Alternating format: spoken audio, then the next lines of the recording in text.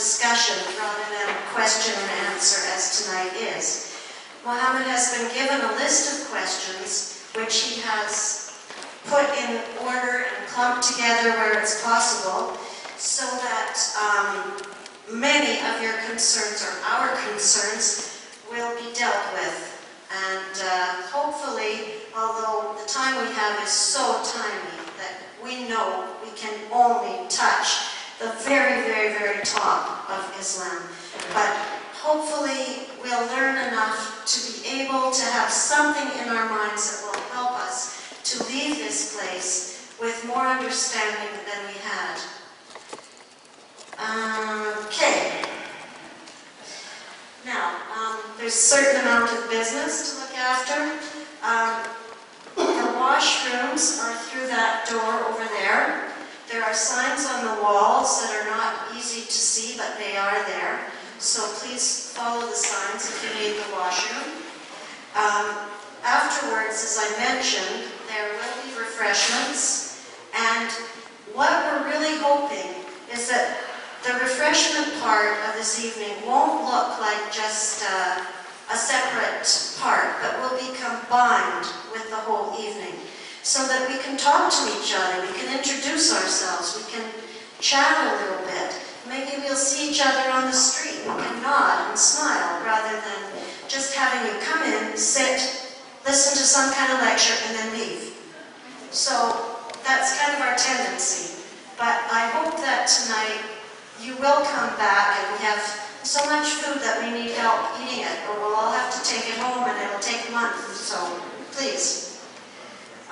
Julie, would you stand up, please? Julie has very kindly volunteered to be the go-to person tonight. So if anybody has any concerns, if anybody needs any help of anything, whether it's health, whether it's needing water, something about your children, anything you might have, please go to Julie and she will help you. And now it gives me great pleasure to present to you Mohammed Kiman.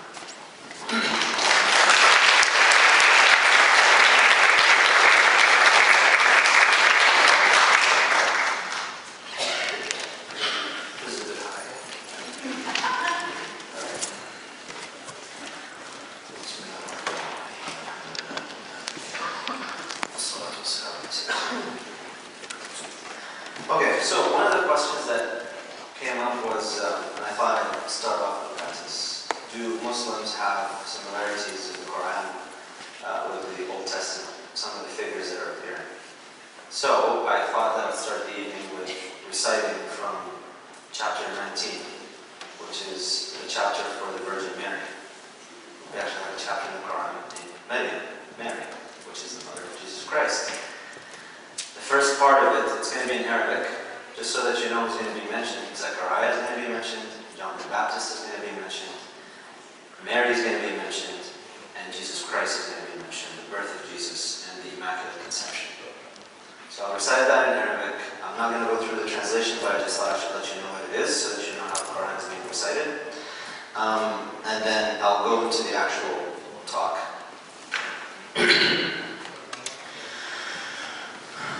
أعوذ بالله من الشيطان الرجيم بسم الله الرحمن الرحيم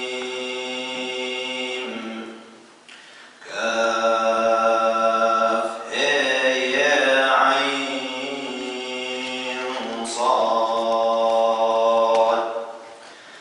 ذكر رحمة ربك عبده زكريا إذ نادى ربه نداء خفيا قال رب إني وهن العظم مني واشتعل الرأس شيبا ولم أكن بدعائك رب شقيا وإني خفت الموالي من ورائي وكانت امرأتي عاقرا فهب لي من لدنك وليا يرثني ويرث من آل يعقوب واجعله رب رضيا يا زكريا إنا نبشرك بغلام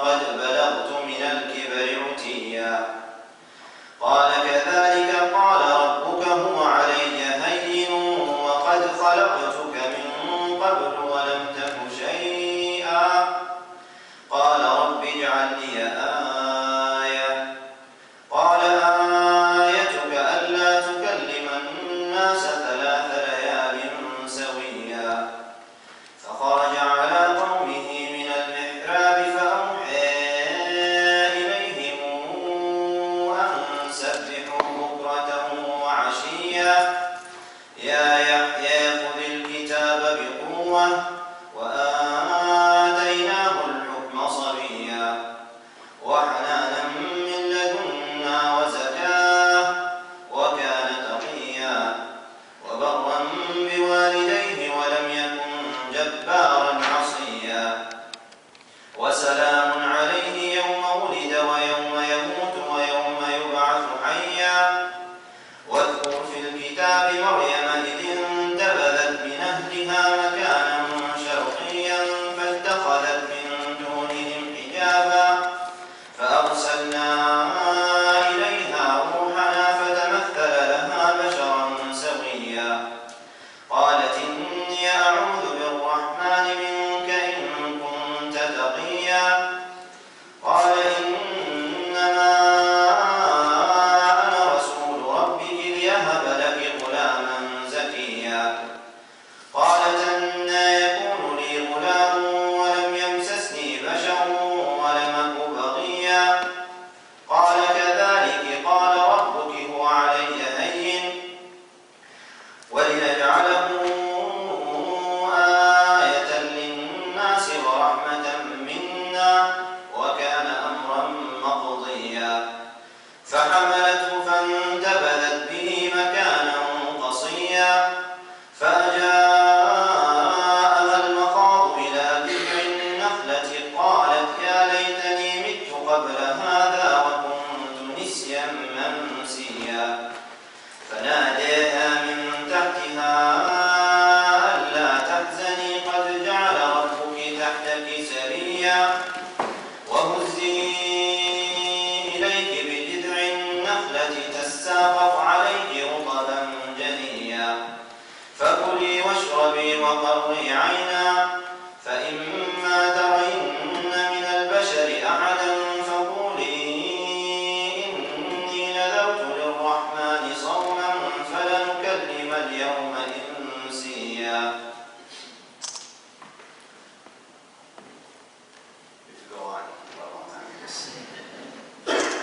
I'm just going to walk around because I don't feel comfortable saying it, please.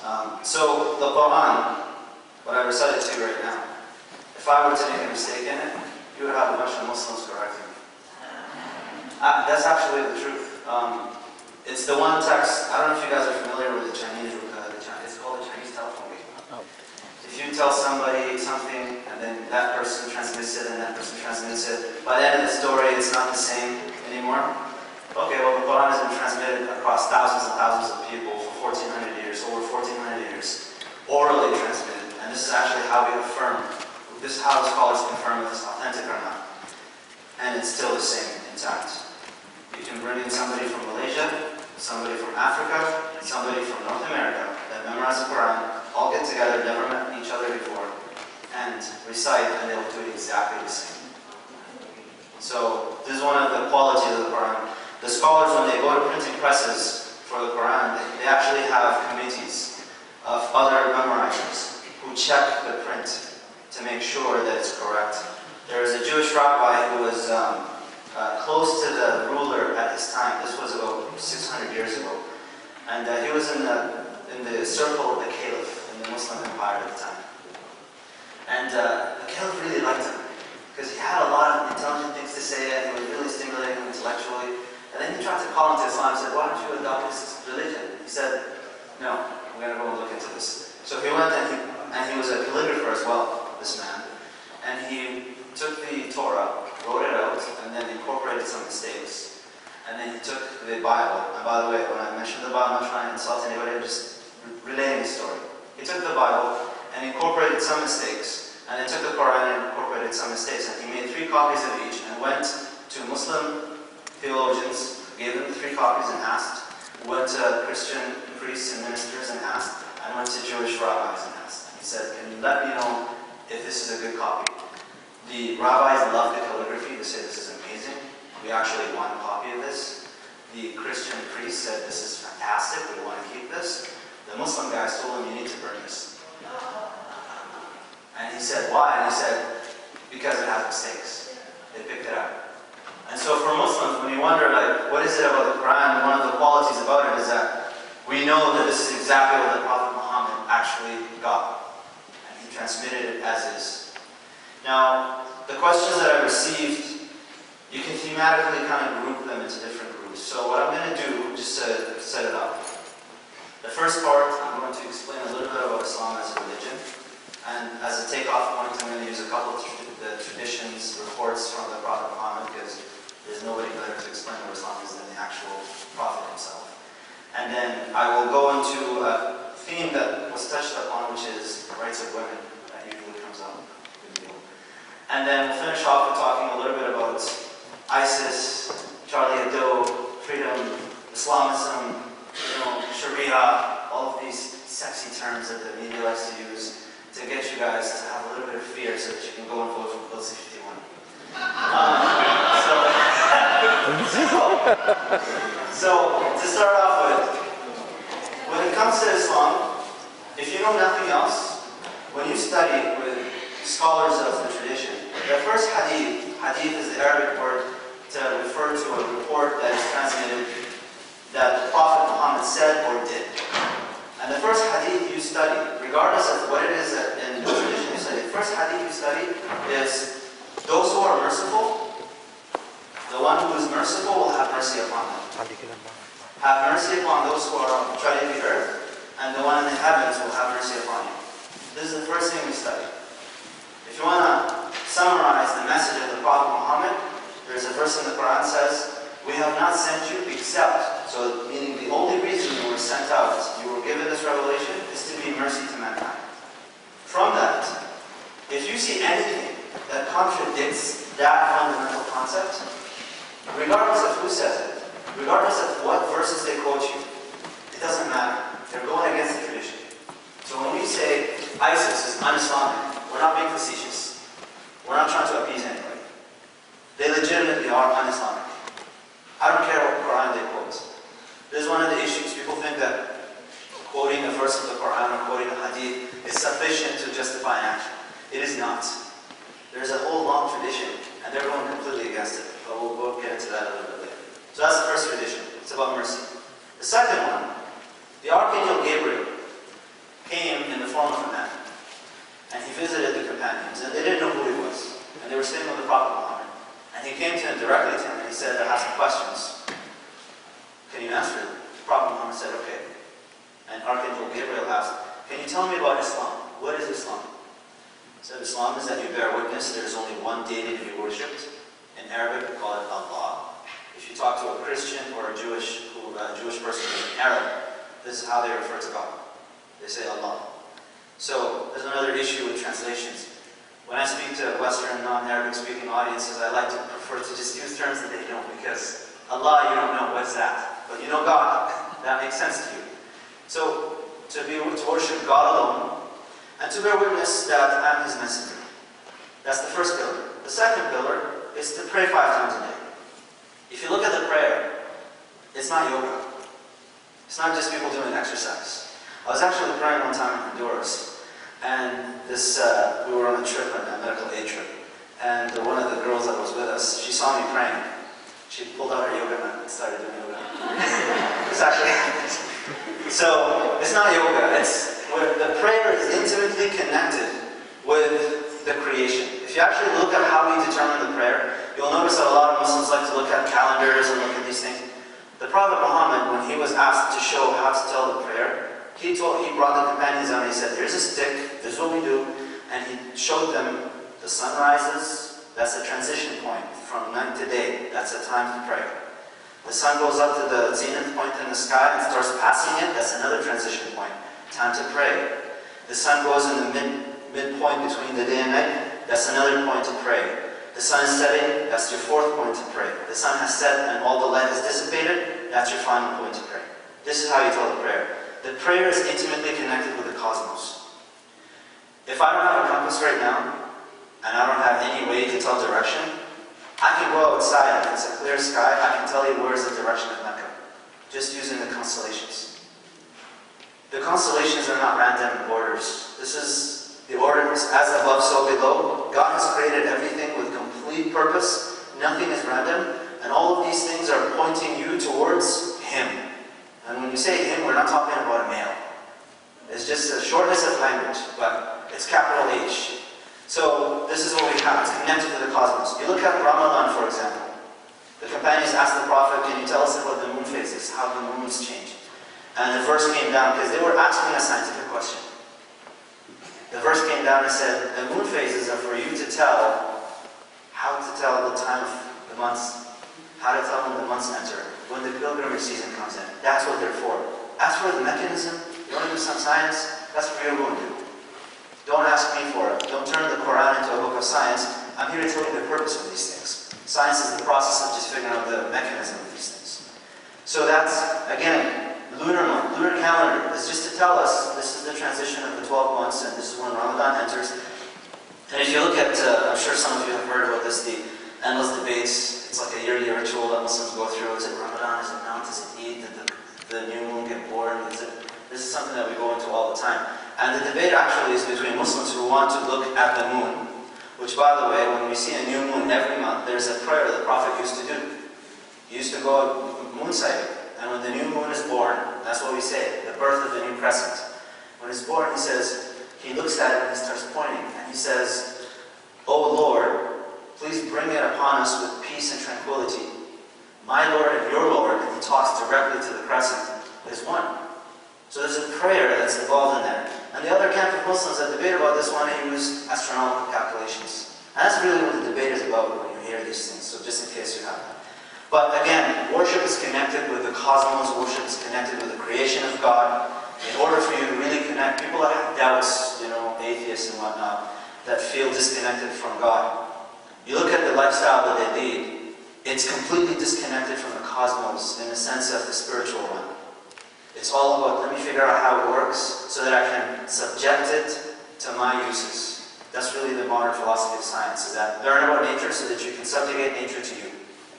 Whereas, in a religious perspective, you learn about nature so that you know who created nature and know your place within nature. And there's another chapter in the Quran where God says, and He created the heavens, the earth, and He set down a balance. Do not transgress the balance. We have transgressed the balance, so now we have global warming. So, prayer, all acts of worship in Islam, you find that they're all connecting you back to earth. Even the prayer itself, before we pray, we baptize ourselves 5 times a day. So you're cleaning with water, you're washing, you're getting ready, you're doing this ritual to get ready, to cleanse yourself spiritually as well as physically, but spiritually from all your sins and whatever things, shortcomings that you had between prayer times. And then if you look at the purpose of the prayer, if you want to know if someone's prayer is accepted or not, you look at their behavior. Because the Quran tells you, that prayer, verily prayer will prevent people from doing evil acts. So if you see someone that's cheating, stealing, killing, murdering, doing all kinds of obscene actions, and then they go afterwards and they want to do the prayer, that prayer is not accepted.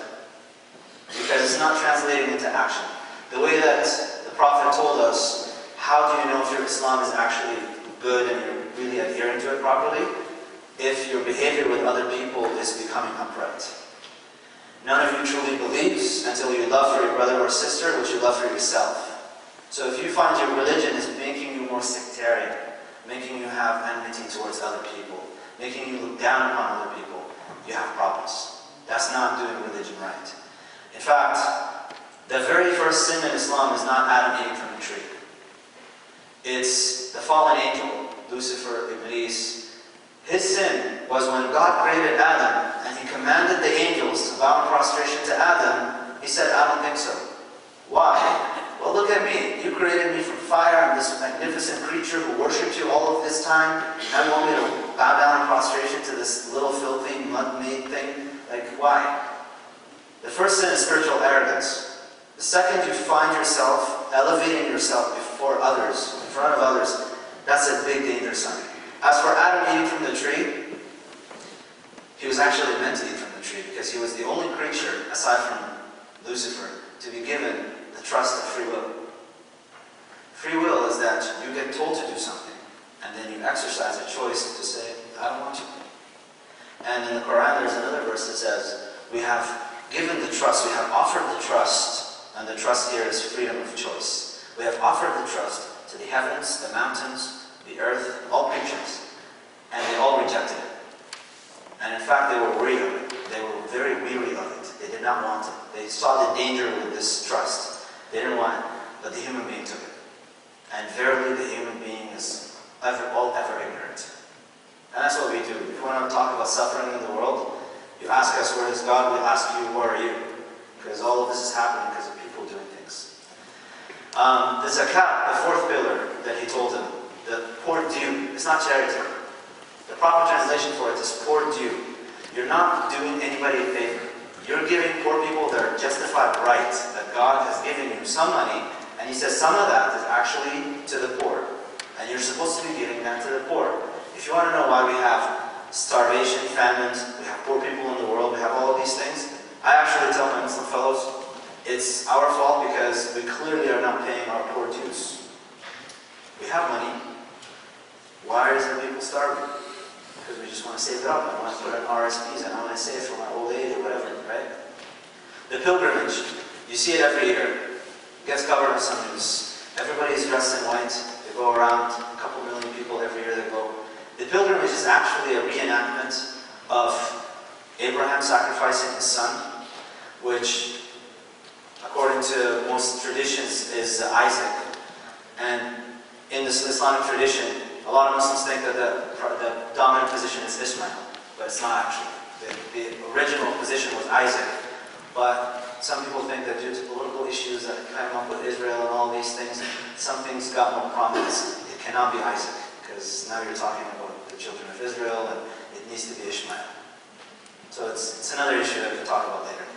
But anyways, that time is a reenactment of what Abraham did, as well as a reenactment of, or a mimicking of what happens on the Day of Judgment. On the Day of Judgment, nobody's going to be dressed in suits or vests. Nobody's going to be coming in with their Beamers and their Mercedes. Nobody's going to have their watches. Nobody's going to start making deals with God. You're going to come in butt naked, with nothing. You're not going to say, can I give you my children? I lived an unrighteous life. I did this, this, and that, but I can hook you up with this. Because God possesses everything. The only thing you can come to God with is righteous actions and a sound heart. If you come without a sound heart, you're at a loss. And there's a verse in the Quran that says, on a day there is nothing that will bring any benefit except coming to God. No wealth, no children, except coming to God with a sound heart. Basically not having hatred towards anybody, not having enmity, not having arrogance. The diseases of the heart that people have. Envy, jealousy, all of these things that you have to keep working on. So that's Islam. Gabriel says, okay, what is Iman? Iman in Arabic loosely can be translated to belief. What is belief? What is faith? And he says is that you have belief basically in things that are unseen. You believe in God. You believe in the angels. You believe in the messengers. That there are actually people who got messages, got revelation. They're not just schizophrenic type of guys. You believe in the revealed books. For Muslims, the Torah, the Bible, the Gospel, meaning the New Testament, like all of the Gospel, the things that came revealed before, and the Psalms of David. You have to believe in these things, as well as the Quran for us. And then you also believe in the predestination. That God, because God is not governed by time. So He knows what's going to happen before it happens, before it's created. He's put everything in a divine decree. And so you believe in that. You believe that whatever happens is going to happen. Your task as a human being is not to worry about the conclusion. That I work and I do all of these things and I study and I take all my measures to arrive at this conclusion. The conclusion is not your business. The conclusion is God's business. You are taken into account for doing the actions.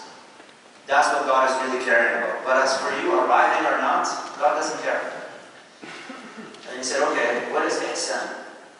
Ihsan in Arabic translates to excellence in worship, you could say purification, doing things like that. He said, the Prophet Muhammad responded, he said, it's for you to worship God as if you see Him. And if you don't see God, you know that God sees you. It's an all-ever awareness. You're always conscious and aware that God is with you at all times with His knowledge, and He knows exactly what's going on. And He's closer to you than your jugular vein. He knows what's going on inside your heart. Before you even have your heart whisper to you, and to just know that whatever action you're doing it for His sake. You're not doing it because you want to elevate in some ranks or to show off in front of people and to get some station. This is where humility comes in.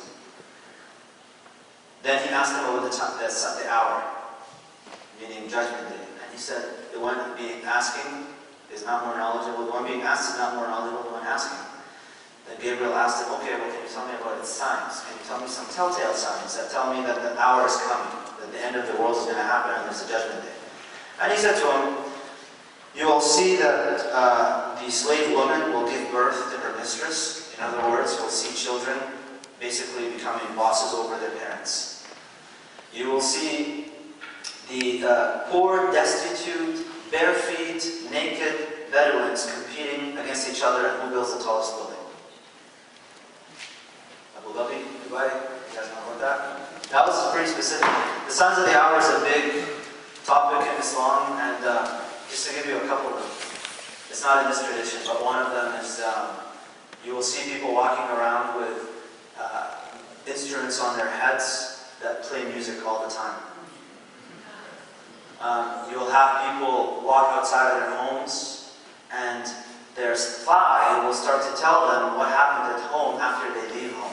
Now in Arabic, when you refer to a limb like that, it's not necessarily about the limb, it's actually about something close to it. And I have my phone right by my thigh, so I can call. So there's a lot of these little things that he mentioned. He said, for example, that the hour will not come until a person's shoelaces start to tell him, start to talk to him. You can buy Nike right now with an app, with an iPhone, and it tells you how many things you bought.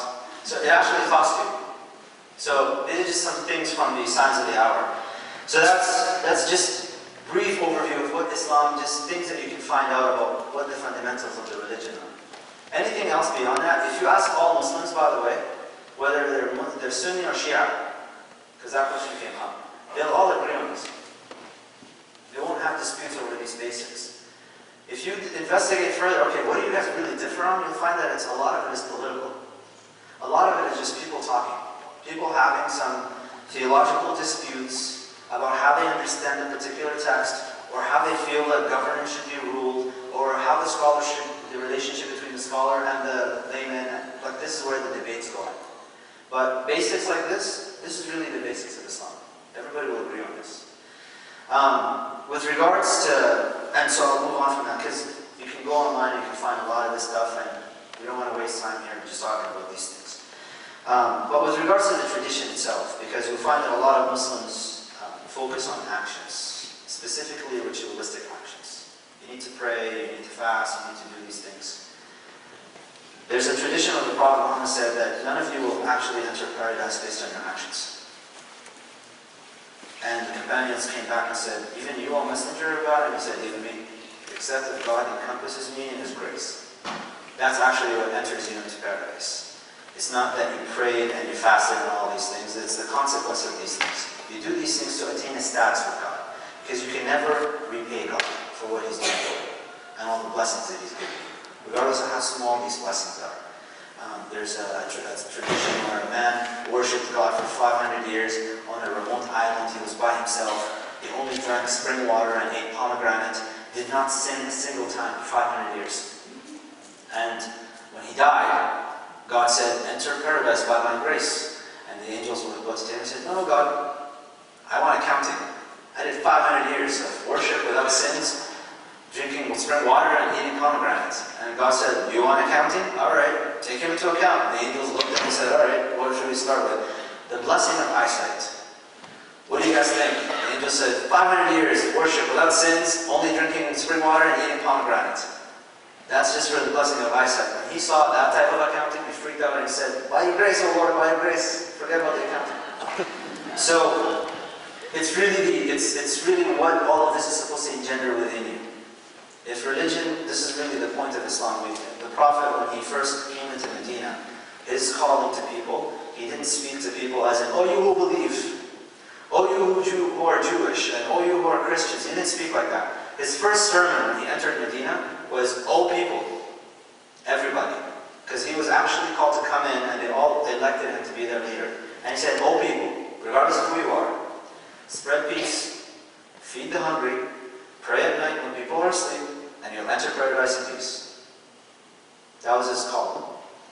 And his relationships with his contemporaries, even if they were not Muslim, they didn't get enough attention especially from contemporary Islam, because of the current tensions that are happening. But if you look at, for example, there's a story of a young boy, a young Jewish boy, and he was serving the messenger, and he got sick one day, and he didn't come, and the messenger was asking him about it. And he said, what happened to him? And they said, he's sick, and he looks like he's actually going to pass away.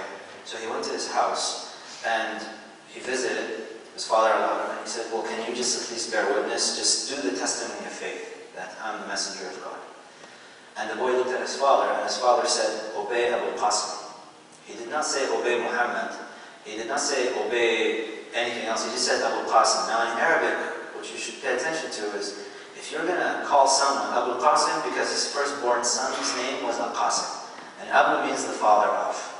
And for Arabs, it's an endearing term to call someone by their son's name. To say, Abu, the father of so-and-so, oh, father of so-and-so.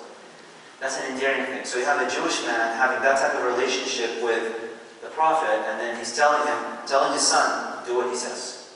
Bear witness that testimony. So the relationship was very close. You'll come across in the history, and you'll find that there was tensions. These tensions were not religious tensions, because a lot of the things that he was doing was based on covenants. And if the city, not Muslims, if the city was in danger because of treason, political treason, that came from a particular tribe, this is how you should look at it. Not that it was a Jewish tribe, it was a tribe that committed an act of treason and that endangered everybody in the city. So therefore that tribe was persecuted for it. That's if you come across these things in history. But that's just the first part. The second part, because we don't want to go too long and we want to allow more questions and answers, I don't have time to... Okay, so I'll just try to keep track. The second part is about women's rights and women freedom, all of these things. First of all, you should be asking women about that question.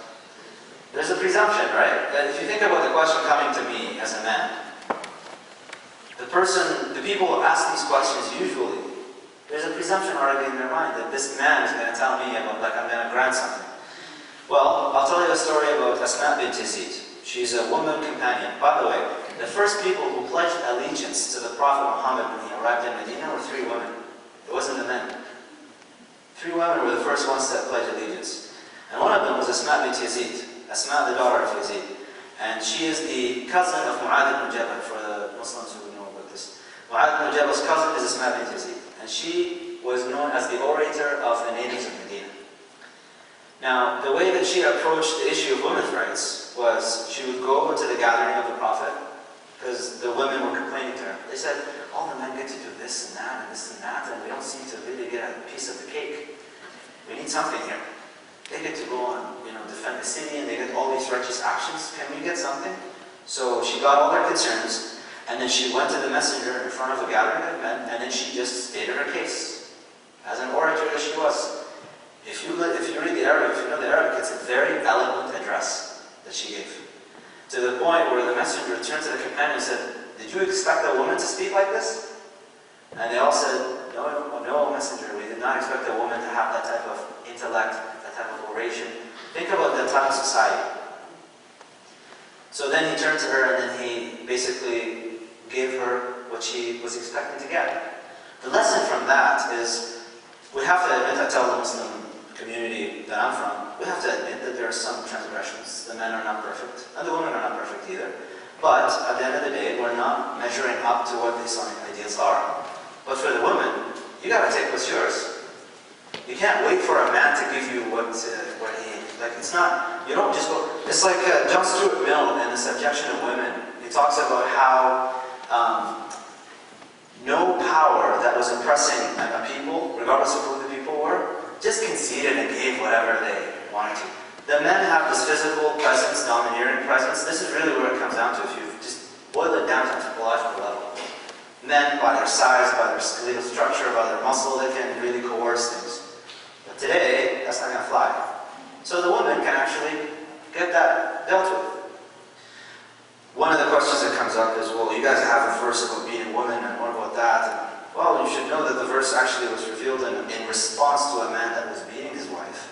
And the messenger said to the woman that came to complain with her father about it, he said, all right, time for you, we'll beat him. And he actually got angry and took the man. He said, we're going to go and beat him up because he cannot do this to you. You have to get your just retribution, an eye for an eye. He wants to raise his hand, you raise your hand. At that moment, Gabriel comes down and he gives him the verse that loosely translates to, and beat them. Now, you have to look at the context. A lot of the things in the Quran, and that's why I recommend to non-Muslims, don't just read the Quran. Because the Quran has a lot of use of linguistic rhetoric that if you don't know the background of a lot of these verses, it can be very problematic. You don't know, for example, about the story of a woman getting beaten and this verse coming down and how the messenger dealt with it, and that his wife Aisha basically issued a ruling that got transmitted through her students saying you cannot beat women, you cannot touch them violently. Well, what do I do with this verse? The same thing that you do with the verse that talks about killing the infidels wherever you find them. You do not just take the verse. It's not sufficient for you to take a verse like ISIS does, like extremists do, like Islamophobes do, and then pretend like this is what the tradition has. I can do the same thing with the Bible. I can nitpick it and do all these things and make it turn out to be this like terrible, terrible text. But that's not how Christians approach the text. So this is what you do with the Quran. You don't take it like that. You need to read other books that talk about Islam as a holistic sense. One book that I recommended before was Islam and the Destiny of Man, for example, by Charles Aiden. You can take... there's other texts and other things that I can recommend and give you a list of if you're interested. But with regards to women's rights, Adam did not eat from the tree because Eve told him to eat from the tree. If you look at the Quran, the only person being blamed for eating from the tree, first of all, is Adam. Eve is not blamed. And it was Lucifer who got him to do that. And the way he did it was because of his free will. It wasn't because the woman coerced him or tricked him or did any of that stuff. God told Adam, do not eat from that tree. In Islamic tradition, the tree is not a tree of knowledge. It could have been any random tree. It could have been an apple tree. It could have been a grape tree. It doesn't matter. The test here is, I gave you this thing called free will. I now want to test it out. See that tree? Don't eat from it. Now let's see what you're going to do. God says about Adam, he forgot, he ate, and he sinned. But he sinned. He asked God for forgiveness. God forgave him. But then he told him, now you were going to get out of paradise. Because the purpose of the creation of Adam was not to be in paradise to begin with. His starting point was actually supposed to be on earth. The first verse that deals with the creation of Adam, God is talking to the angels and tells them, I'm going to create a vicegerent, a representative on earth. You know what the angels responded with? Are you going to put someone on earth who's going to shed much blood and sow corruption? That was their answer. They were confused by that. Scholars talk about how did they know and where did they get this information from and did they know the nature of man? Because that's what we do. We sow corruption and we shed blood.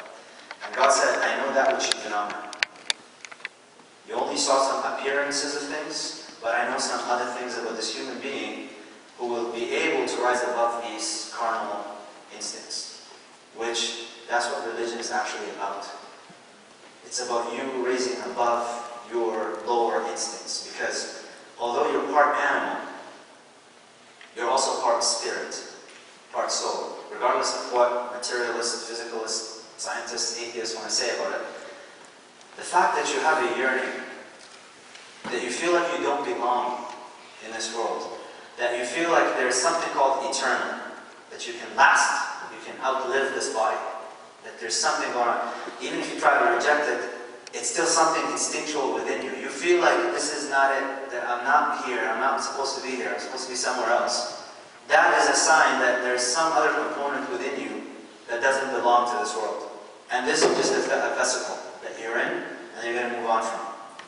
So Adam exercises free will, tried it out, sinned, repented, got forgiven, and then God said, now as for you and your wife, you and your spouse, you're both going to go down on earth, and now I want you to exercise your job as a representative, as a vicegerent on this planet. The way that you do it, I'm going to give you some guidelines. Here's basically what religion is. It's not about a set of codes and rules that you just adhere to obsessively, but it's about the guidelines, and then some things that you need to do, and this is how you acknowledge me. This is how you praise me. I want you to pray, I want you to do these, I want you to... This is really what religion is about, and this is how you treat each other. Don't kill each other, don't oppress each other, don't steal from one another, don't do... So, very basic things. And to facilitate that for you, I'm going to put that within you as an instinctual thing. Regardless of what tradition you follow, even if you're an atheist, we all know by instinct that killing is wrong. It's just wrong. You should not do it. Philosophers try to debate, well, how do you justify that? How do you come up with a justification, a rational justification for not killing? Well, without God, you actually don't have an objective reason. Except for, I don't like it, I don't want to do it to my, I don't want it to happen to my people. That's really how it kind of becomes, and you end up in relativism. So these instinctual things to facilitate humanity, to let them go. And then the Quran says, had God wanted, He would have made everybody a believer. But that's not His intent. You have the freedom of will to choose what you want to do. We're here to present some things for you, the messengers, that's what their role is. I'm going to tell you what's right, what's not. Believe in God. Obey me, do that, and beyond that, it's up to you. If you want to follow or not, that's your business. The retribution for whether you decide, if you decide not to, is not in this world. It's in the next world. The consequences of what faith you follow is in the next world. So in this world, the Prophet Muhammad did not force anybody to believe anything. In fact, if you look at his behavior, his military, because some people try to portray him as the conqueror. If you look at just analyze his military conquests, where did he go and why? He had companions go south from where he was to modern day Yemen. He had companions go west to Ethiopia. And then he had companions go to modern day Syria, the Sham region. But he only had an army go up to Sham. He did not send an army to Ethiopia, he did not send an army to Yemen. Why is that? Because when he sent the companions, he sent them as callers, as emissaries. Call people to Islam, offer them this faith, and teach them, if they accept it, how to worship. And just leave it at that. And he asked first the rulers of these places, are we allowed to come in and call people? And they said, fine, we'll go ahead and do it. When he went to the Sham region, though, and he sent emissaries there, they were under the rule of the Roman Empire, which is a Christian, not a loving type of Christianity, that forced it on everybody. And when he offered, first asked the emperor and asked the rulers there, and they said, you know what, we don't want to believe in this. And so the emissary says, well, are we at least allowed to just tell people, just spread this? And they said, actually, you're not allowed, and in fact, the audacity that you have to even come and ask, we're going to kill you. Now, in that era, 1400 years ago, that is a declaration of war. So the Prophet Muhammad responded in kind. You're going to kill my emissaries who just came in peace. I have an army. We're going to go and basically duke it out. What's interesting about this is that when Muslims took over and they did conquer Egypt and Sham, if you look at Egypt, it took 300 years, the historians tell us, to get to a 50% Muslim population. Muslims, when they took over land, during the time of the Messenger, and this is what a lot of people miss, the conquering that happened during the time of the Messenger and the immediate ones that came after him, so the 4 caliphs, the 4 rulers that came right after the Messenger, which lasted about 40 years, the conquering that took place, nobody forced anything upon anybody. And it was done simply for the sake of getting people to have the freedom to believe or disbelieve however they want. This is the #1 objective of religion in Islam. That people should be free. If they want to be Christian, Jewish, Muslim, atheist, whatever you want to be, if it's just about your personal business, you should have that freedom. Nobody should force anything on you. And if you're living under an area where you're being coerced and you're being forced and you can't even hear any other alternative messages, at that time, there were no treaties. The world that was working at that time, there was no United Nations, there was no agreements between nations or anything like that. You just go and conquer. So that was the purpose of these armies that were sent out by the Prophet Muhammad. But he did not send anybody to Ethiopia. The ruler there was Christian, remained Christian, but he was happy to have Muslims being there, and anybody that wanted to leave Christianity, some of the priests that were with him got upset with it. He said, even if you get upset, I don't care. People should just believe whatever they want to do. That's the number one objective of religion in Islam. So that's when it comes to the conquering and the military conquest. In the media, and I'll just finish off with this last part, which may take us a little bit. The media likes to use things keep things in very mysterious language. So when you watch the news, you hear words like jihadi militants, and then the militant comes in and says, and we want Sharia, and we worship Allah. So you look at all of these words. For a Westerner, you should look at your perception, the reaction that you have when you hear words that you're not familiar with someone wielding a weapon. That actually elevates your state of fear. You get more scared because you have no idea what they're saying, and now the media is telling you this is, and like Graham wrote an article about how ISIS is Islamic, very Islamic, and so now this weird religion, this foreign religion to me, I don't know what it's about, and they're trying to understand it, so they go into the apocalyptic notions that it has, and so it's the unknown, I don't know what's going on, technical language, people dying, like Bill C-51. That's really what it comes down to. So, I'm going to frame it in a different way. Rather than tell you that there are jihadi militants who are seeking to establish Sharia, let's frame it in an English, proper language. Because I can tell you, jihad is a vast concept and it's very difficult to translate. I want it in this context. What are they talking about? Okay. Revolutionaries who got sick and tired of oppression of tyrants, who are stealing and usurping all the resources of their land, are seeking to have a system of law that is not subject to any individual's whims. That's what that statement in Arabic I just translated to you in English. Does that sound like a reasonable request or not? Put religion aside. Revolutionaries, the Arab world, for example, if you look at the statistics, guys my age, you're looking at about 27 to 30% unemployment rate. So people that are just finishing university, 30% unemployment. They have dictatorships all over the place. And then they have, like Ryan C. Crocker, the former ambassador of the US to Iraq, Syria, and Afghanistan. He wrote an op-ed piece for the New York Times in December 2013. And in it he says, why the US prefers to have Bashar al-Assad, who killed over 300,000 people, displaced a few million people. Why would the US still want him in power? And he says, rhetorically, do we really want the alternative? Al-Qaeda in control over a large country in the heart of the Middle East? That's what he said. So now we have this double language. I want you to put yourself in the mind of a young man who's in that region, who's being told, we support your right for democracy and freedom of choice to elect your leaders. And he's hearing this, and then he hears, actually, the choice that you want to make is not okay with us out here in the West. We're not okay with that, so we're going to basically not allow you to do that, and we're going to allow this dictator maniac to kill a bunch of your relatives. To top it off, you have Egypt, for example.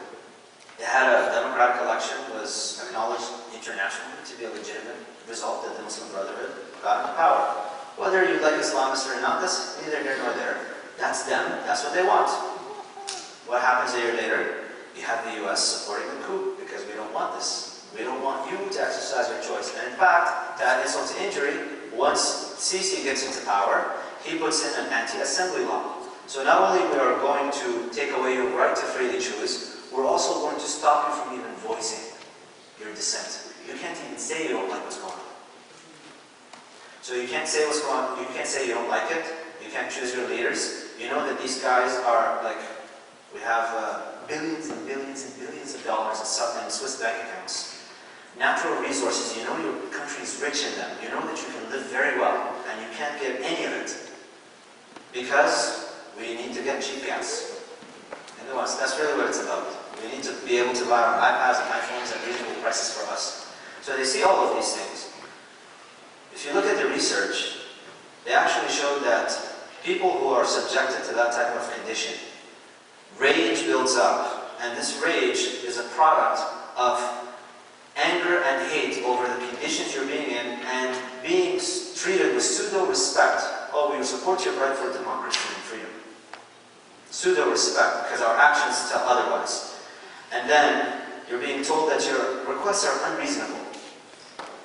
Right? You try all of these different paths, you try to organize, you try to start the April 6th movement or this movement or that movement, you try to do revolutions, you try to do all the proper paths that you want to electoral government, and then you're being told you can't do any of it. And in fact, we're going to put in a dictator over you, and then we're going to have him put an anti-assembly law. You can't even speak.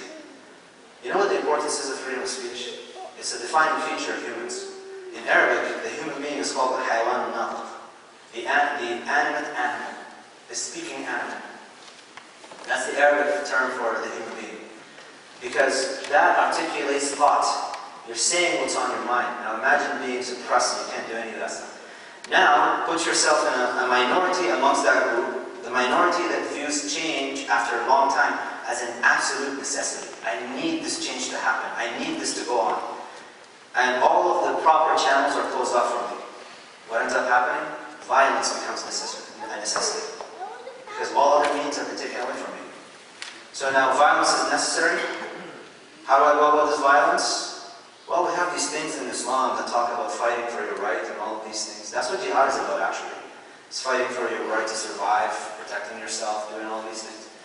Now, it has rulings. You can't just go off willy-nilly and kill civilians and things. I'm just showing you. Like, he sees these things in the Islamic tradition that we have rulings that relate to violence. So he doesn't look at the rulings. He looks like I can do violence. Then what does he do? Syria. You go over there, because I have no hope over here. There's a New York Times feature about a person who became known as ISIS hipster, Islam Yakan. This guy tried all means, tried to do whatever he could. He became religious. They're trying to blame it on the religion. And by the way, whenever you hear the term radical Islam, that's a very big problem. It actually engenders Islamophobia. Because what it means, when you say radical Islam, you're attributing it to the religion. So what you're saying is that these Muslims who are not violent, they don't know their tradition enough. And all they need to do is study it more, and once they do, boom, they're all going to just explode. So it creates more fear of the other, rather than looking at the actual problems that created these things. Theology for ISIS, Al-Qaeda, all of these guys, look at the academic research. It's the final step. They've already decided that they're going to be violent. They've already decided that they're going to kill people. They've already got all of this rage pent up. They already rejected religious authority, by the way. They don't respect, all the letters to al-Baghdadi and Muslim scholars condemning these things. A lot of it actually serves us to, clear the image of Islam, but it has hardly any effect on these guys. They don't care, because they look at these scholars, for other reasons that we can get into, as illegitimate. Mainly because they're government scholars. They're appointed by the state. And when scholars in Islam are appointed, historically scholars were an independent group. And they created a counterbalance with the state. Whoever the caliph was, even if it was a dictator and he came in through power and tyranny, he still was afraid of the scholars. Today, that person appoints the scholars. So he actually co-opts religion. So all of these young men now lost trust in the religious authority. They don't care, they just want change, no matter what it is and how it comes about. And to them, even if I go down in flames and blow myself up into pieces, at least I have some control left. I decided to go down in flames, and I decided to blow myself up into pieces. Not everything has to be decided by this tyrant. There's an article one of the brothers really sent me earlier today. It's just unbelievable. It talks about how the US, from 1980 to 1994, created a program in Afghanistan in response to the Russian invasion of Afghanistan. This program had, it was an educational program. It cost $53 or $54 million. And it was US government making the books for little Afghani kids. One of the books, grade 1, an arts book. You know how it starts? It starts off talking about, actually I should tell you because it's just, I was just mystified by the comments that it had. Because it teaches them how to think about the world at 6 years old. And it says, if technology will serve you well. Okay. So it says, Alif is for Allah. They're teaching alphabet. The letter A is for Allah. Allah is one. God is one. Pretty good. B is for father. Baba. It's pretty nice. Father goes to the mosque. Okay, we're doing well. This is a 6-year-old boy. And this is a U.S. book being taught to kids in Afghanistan, 1980. Think about the consequence today. P, is that how you say it? Pe? Pe is for 5, Panj, right? Panj. Islam has 5 pillars. We're still good. Is it Te? Te is for rifle. Tufan. Javad obtains rifles for the Mujahideen. Jim is for jihad. Jihad is an obligation. My mom went to the jihad. Our brothers gave water to the Mujahideen. Dad is for religion, Deen. Our religion is Islam. The Russians are the enemies of the religion of Islam. That's one. When you go to the math section, grade 6 by the way, go to the math section. If out of 10 atheists, 5 are killed by 1 Muslim, 5 will be left. 5 guns plus 5 guns equals 10 guns. 15 bullets minus 10 bullets equals 5 bullets. Yeah. So, before we talk about religion and Islam's role in radicalization and all of this nonsense that the media wants us to focus on, you know what the problem with this discussion is? Democracy is supposed to be a representation of the people, by the people. And this is what's understood in the Middle East, by the way. This is how people in the Middle East, North Africa region see it. They see the West as a democracy. These people elected those rulers, and they represent the people.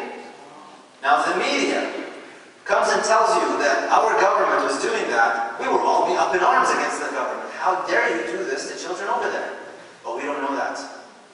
So when you see ISIS, for example, killing civilians and hostages and things like that, yes, against Islam, completely atrocious.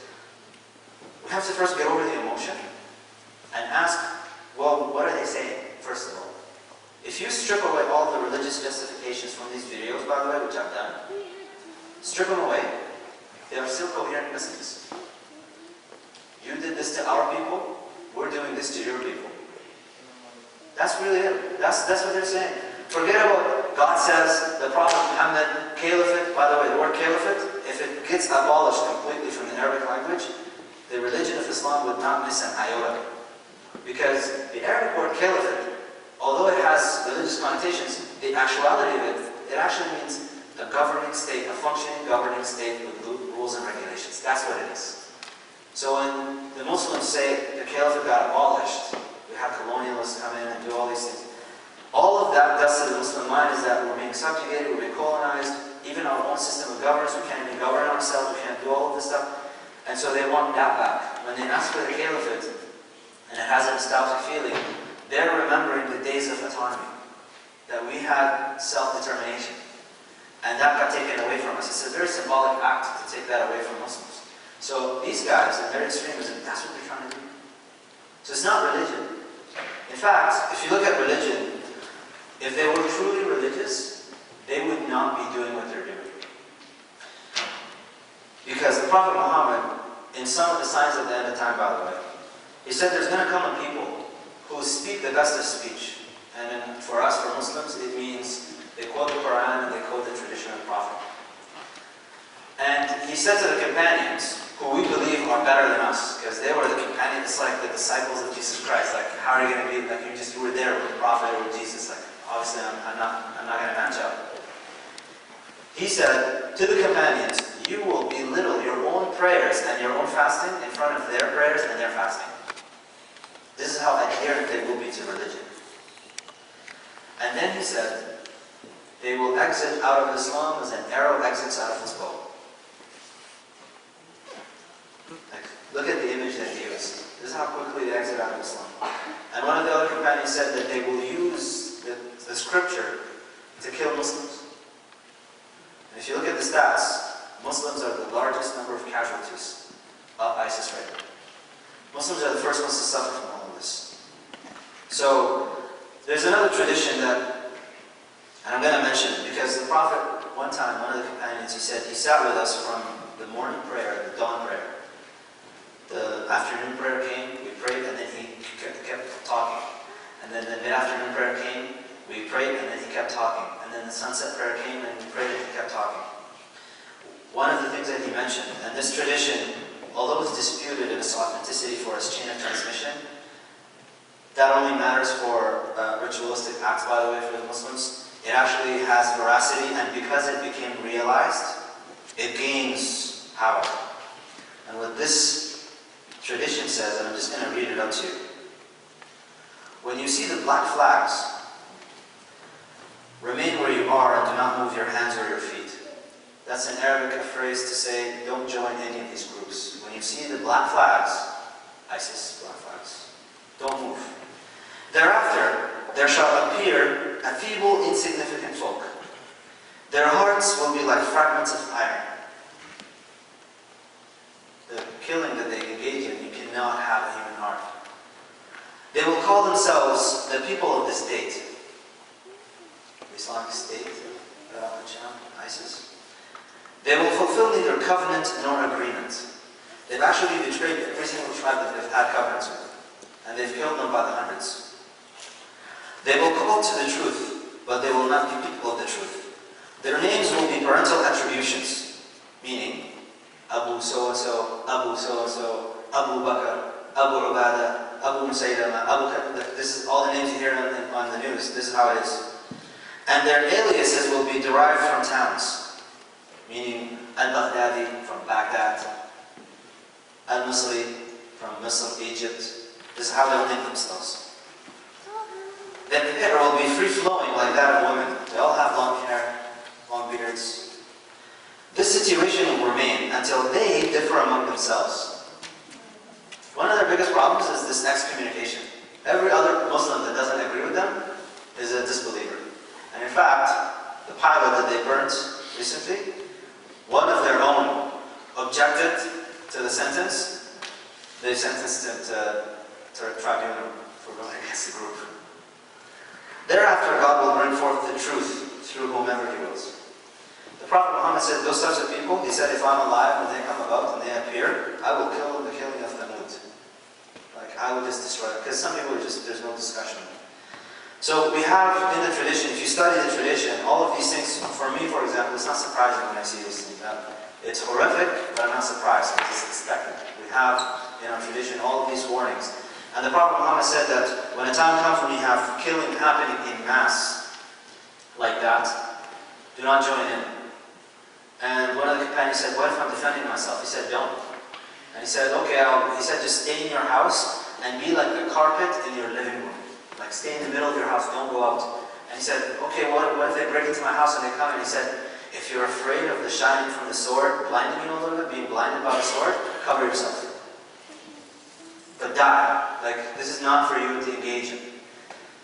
If you look at the rules of war engagement in violence, because Islam is a very practical religion in that sense. We have violence in the world. Sometimes you have to engage in war. What do? The Prophet Muhammad was very clear and explicit about this. No scholar can come afterwards and say, I'm going to abrogate that. He said, only the Lord of the fire can punish with fire. So you cannot use fire. There goes all of your incendiary bombs and your bombs that you're blowing people up. You cannot use poison. Do not poison the wells. You cannot use poison weapons. There goes all chemical weapons. You cannot kill the women, the children, the elderly, the religious figures, meaning the rabbis, the priests, the ministers, the imams. You cannot kill any of them. You can't touch them. You cannot destroy their places of worship. That means the synagogues, the churches, the mosques. You can't touch any of the temples. You cannot, even the non-combatants. So young men who are actually able to, and if they just put down their weapon, you also can't do anything to them. You can't burn a tree. You cannot kill any of the cattle, except those that you need to eat, and slaughter and eat. You cannot do any of these things. Explain to me, where can you do this in the world today? Modern warfare, the way it starts, pilots come through, they bomb the city, so there goes all these innocent civilians. And when they destroy the infrastructure, the troops come in. That all goes against the Islamic tradition. It's exactly, completely opposite to what the Prophet Muhammad taught. So he was definitely against all of these things. Even when it comes to rulings of the Sharia, which we can discuss maybe in private with some people, but even those, his approach to them is not how we hear about it in the media. So basically, I'm just going to summarize all of this with what I started with. The hadith is, those who are merciful, the one who is merciful, have mercy upon them. Have mercy upon those who are on earth, the one who is merciful in the heavens will have mercy upon you. Anything contrary to that, if you hear in the news, you just need to know that it has nothing to do with the tradition. You need to look beyond the religion and the rhetoric. And whenever people ask, mention Arabic names like this, jihad, sharia, all of that, you can make them look stupid very easily. Can you explain to me exactly what they're after? You say sharia, what does that mean? Einstein said, if you can't explain something to your grandmother, you don't even understand it. Right? So I'll leave it at that. Maybe we'll have some Q&A just to facilitate this a little bit more.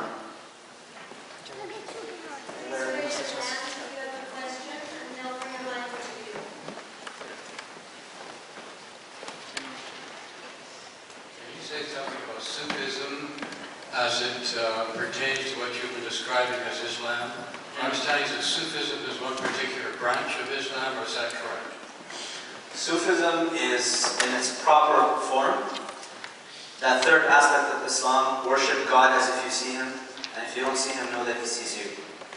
That's really what Sufism, in a nutshell, is about. It's the science of the purification of the heart, and the purification of the tongue. And just checking yourself and improving yourself throughout your lifetime as a worshiper to get closer to God. Not to be confused with folkloric Sufism. So you'll see some people gather around in circles and dance around and jump around and do all kinds of activities and things like that. That's not Sufism.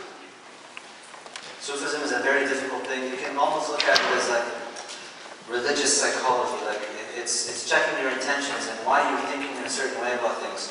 I was speaking to somebody actually about this, and he's having some troubles with faith and things like that. And I said to him, if we really break it down, like ask yourself 5 times why. Why do you feel this way? Why do you get this doubt? If you came down to it at the very least, because I'm angry. That's why I'm feeling this way.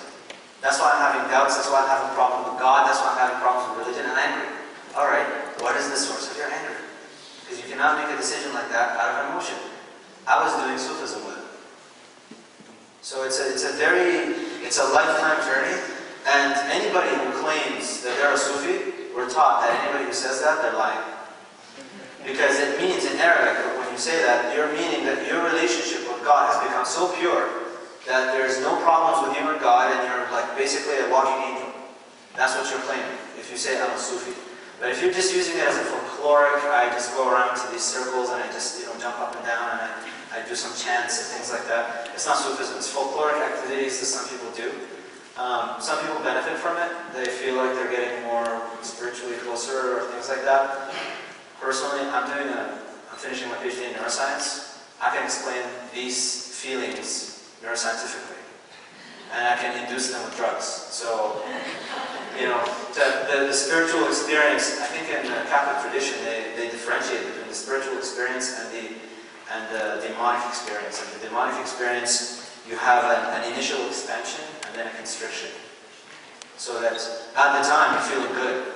When you get out of that circle, you're feeling bad. You're not wanting to be around it, you want to come back to it. The spiritual experience, initially it's a constriction and then it's an expansion. So there's ways to tell what is a physiological thing happening in the brain versus an actual spiritual experience. And the Sufi masters, like scholars who master the tradition, anybody that does not master the tradition, meaning gets their 5 pillars completely mastered, and their faith and their theology completely right, and gets all of these things corrected, if they don't have all of these things, Sufism is like the 3rd story in a building. You first have to enter the base of step 1, step 2, and then step 3. I hope that answers the question. Yes, how do Muslims in our society in Canada manage to cope with our legal system in matters relating to civil cases like that are, I understand, would normally be covered by Sharia law? So, this question has an assumption, which is actually based, it's interesting you raise it. This assumption is based from an act that took place in 1879. Yeah. 1879, the Ottomans, I think it was Sultan Abdul Hamid II, he got the scholars to codify, I think it was in 10 volumes, Sharia, a law code. This was the first time in Islamic history that Sharia went from an organic, scholarly-based activity that you go to a scholar and ask for individual cases and became a code of things, put down a set of rules, a set of laws, regulations. So that's the assumption from that. Sharia is not law, it's a source of law. And when you look at the Canadian Constitution, the Canadian Bill of, all of the Canadian legal system, 99% of it is perfectly fine, congruent with Sharia. We don't have any issues with it. But yeah, this actually goes into the Islamist movements, and they want to we want to rule by Sharia. Well, that is actually based on a presumption that came from the 19th century that you don't even know about, which actually discredits scholars and completely removes the scholars as a class of people that look into it. It's a very big issue. I hope that answers the question.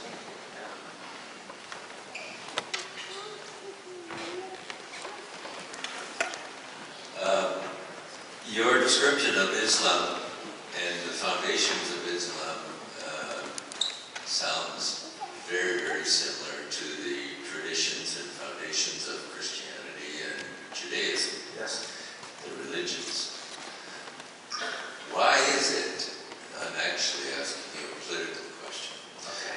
why is it that our worldly conflicts today, all of the enemy combatants are wrapping themselves in one religion or another? And it has nothing to do with religion. If we're looking at these disputes from the foundation of each of their faiths. I have a hunch. I'm proposing another article that's coming out. Basically, I think it's, if you keep all of your goals to temporal, worldly goals, material goals, political goals, it's very hard to convince a bunch of people to go for a very long time just using material ends. You need something beyond this world to get people motivated enough. The thing about these guys, and same with the Crusaders, if you look at the history of the Crusades and how they began and what was going on economically in Europe at the time and why the Pope initiated all this stuff, same conditions were going on economically, socially. To get people to tell them that the only way for you to make change is to make this sacrifice. And this change will only come out of this type of sacrifice. And when you do this type of sacrifice, you're going to have eternal bliss. Because the world sucks. This is a terrible place. And you've had a rough life, and nothing is working. And all of this can be alleviated. And you will have the greatest of rewards. By the way, there's no 70 virgins. You shall have the greatest of rewards in the hereafter. That is a very powerful motivating factor for people.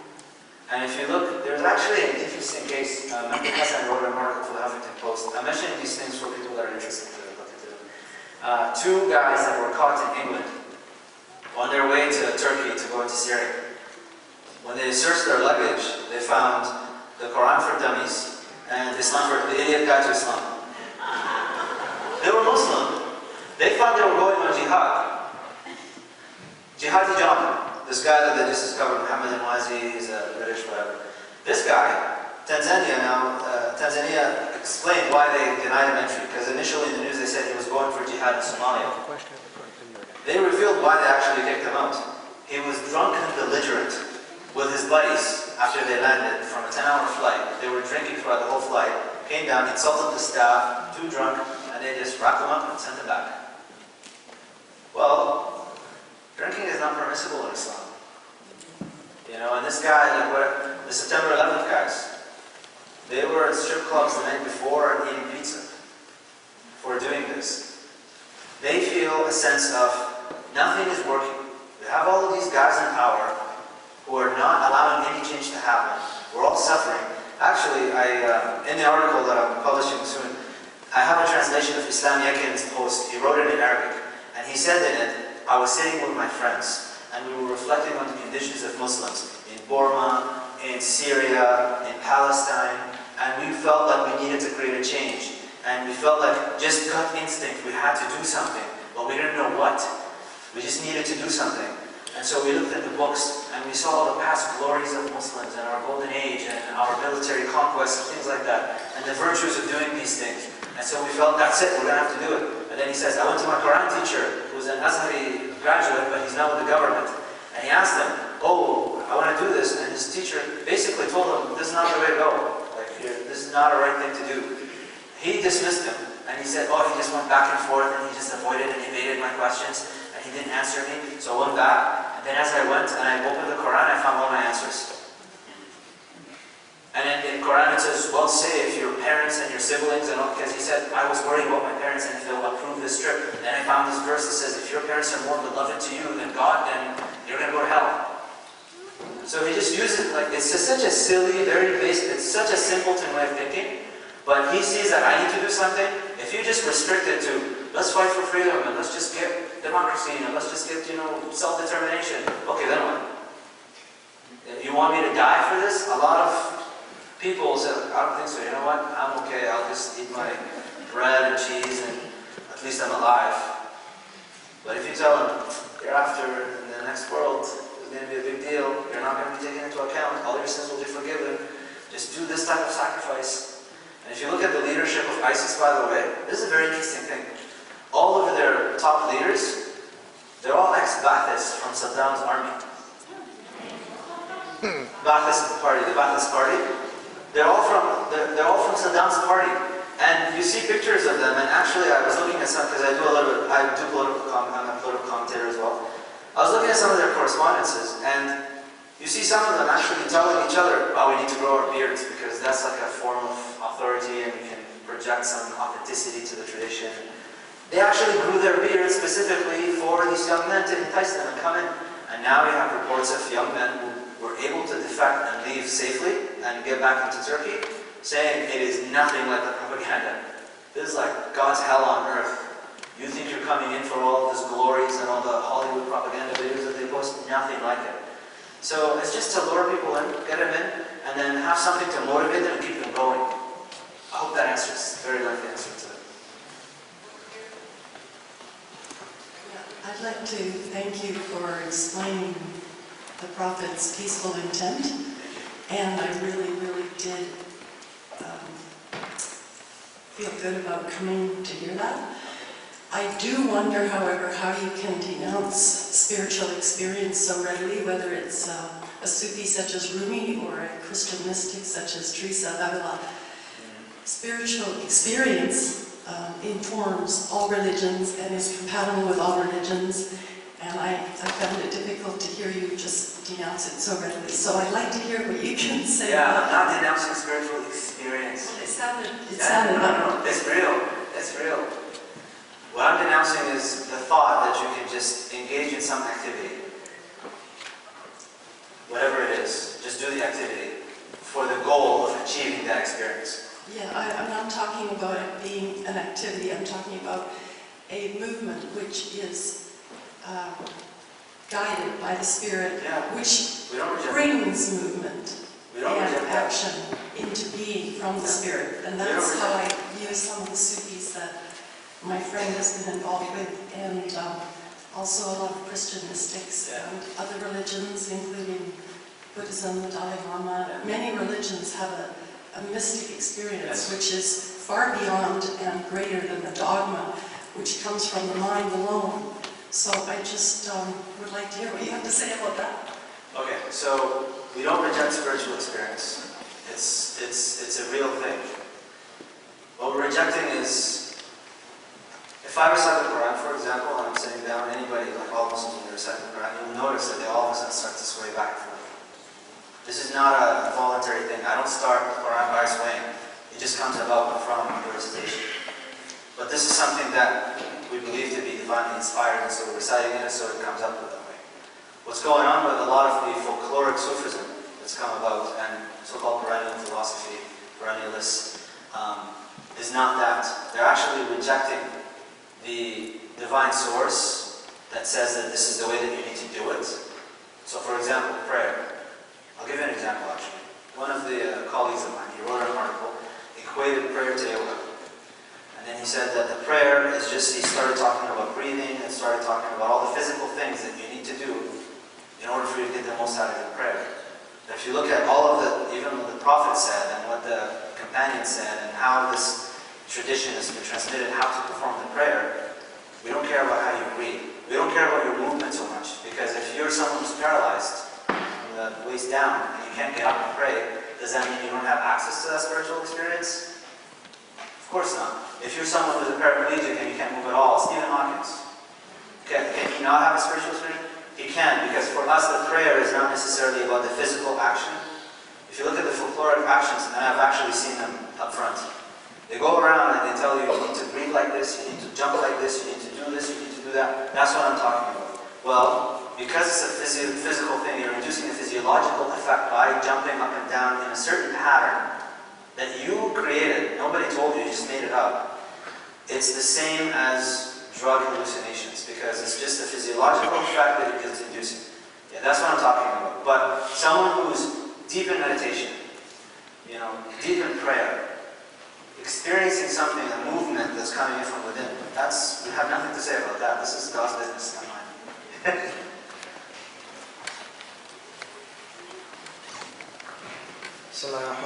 First of all, thank you very much. I know I actually gained a lot of knowledge. The question is, you brought that ISIS is looking for representation in the Arabic Peninsula. So you see a lot of Arabs in Canada as Canadians, as immigrants, as refugees, all of them Muslims. Well, you told me that voter turnout is very low, and the Arabs, especially the Muslims, don't take part in politics at all. Why is that? In Canada? Yes. This is a community issue that we have to deal with. I mean, if we are bringing all of that dilemma. You're dealing with inexperience with the system. Because a lot of Arabs, especially first immigrants, first generation immigrants that come here, they have no idea about this. Like, what do you mean I have a vote and I have actually a say in government and I can choose and I can do these things and all these avenues? Complete lack of experience with it. A lack of, don't even have a concept of what type of change it can create. They don't have any of this knowledge. So it's actually something that we have to educate ourselves about and create programs for. As for, and maybe you're asking about young people going over there? Yes. The thing is, you said the US has been denying them this right to vote, to bring in democracy. Over there. Over there. Yeah. But if they have a right over here, why not use it? Well, that's a good question. Why not? You're right. Why not? They should use it. They should be involved in everything. Because That's of what the I'm lack of trying to do. experience you talk about. No, the lack of experience is not there because they already had experience that denied that. No. What I'm saying is that they don't know the process. They have no concept of the process. They don't understand how it works. Okay. We're very mature in Canadian society with it, but then you have people that come from that region that have no concept of how this works. And they don't get educated. I haven't seen a program from the Canadian government basically for new immigrants. I think they should have a program. New immigrants that come from a region that is a dictatorship. Here is how we do governance here. And this is what kind of change it can create when you participate in it. So this is, yesterday it was a very interesting suggestion from Murray, the Parliament representative. He said, why don't Muslims join CSIS? And I said, try to say that in a community of just Muslims, because the way they think about it, to me, that sounds like a very good idea. You need to have equal representation. This community, this society as Canadians, we have Muslims, we should have people in CSIS. Why not? But then I thought about it, the way that we think about CSIS is the way we think about secret police back home. Spies that are going to come in and trap you and take you and jail you and torture you and do all these things. And if you go to CSIS here, that's exactly what you're going to do to the Muslim community. So the Muslim community is going to shun you away because now you're going to be a spy for the government. All that has to change. There's a lot of education, it's not going to happen overnight. But yeah, it's an interesting suggestion, and I didn't even think of it. That's open for Muslims. They want that type of diversity. You're right. We should be in CSIS. Otherwise, we'll always feel like they're after us.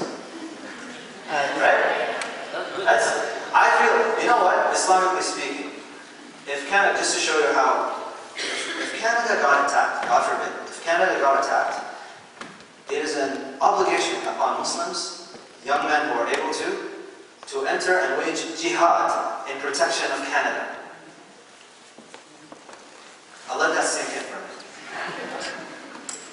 It's my country. If somebody attacks it, you know what? I feel the obligation. I have to go defend it.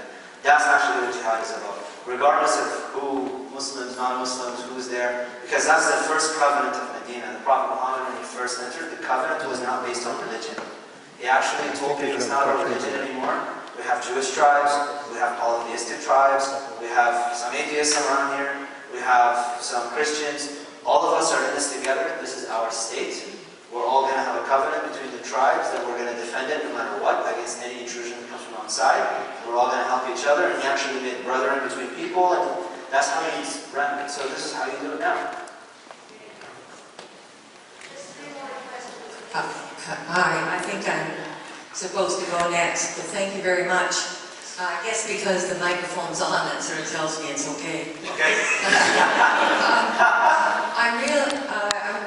It's kind of a simple question compared to some of the others, but I'm really interested what most of us know about Malala and her story and so on. And I'm just wondering, was it those changes to Sharia law that they brought in that made it possible for them to say that school was, the girls couldn't go to school, or is there some other part of that I don't get? The very first university in the world is Al-Qarawiyyin University. It's in Fes, in Morocco.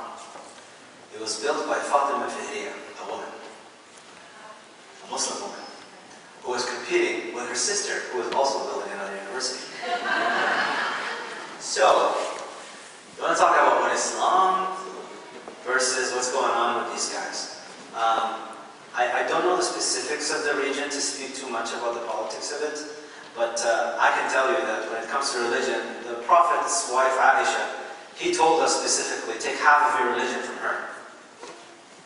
And she basically, a lot of the transmissions go back to her, that she's the one who transmitted this, how you do this, how you perform your religion. So, the role for women in Islam, I tell people, the guys always don't like it when I give a sermon about women because they feel like I'm just destroying their status at home or something. Because honestly, when it comes to women, God created women in such a way that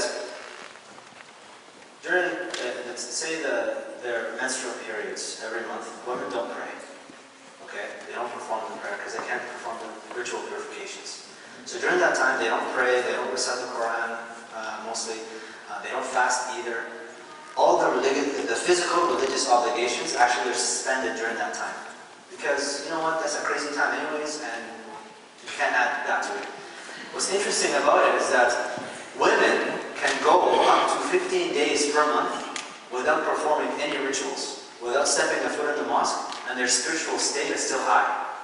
Men, on the other hand, ask any of the guys, miss one prayer, you're down on the ground.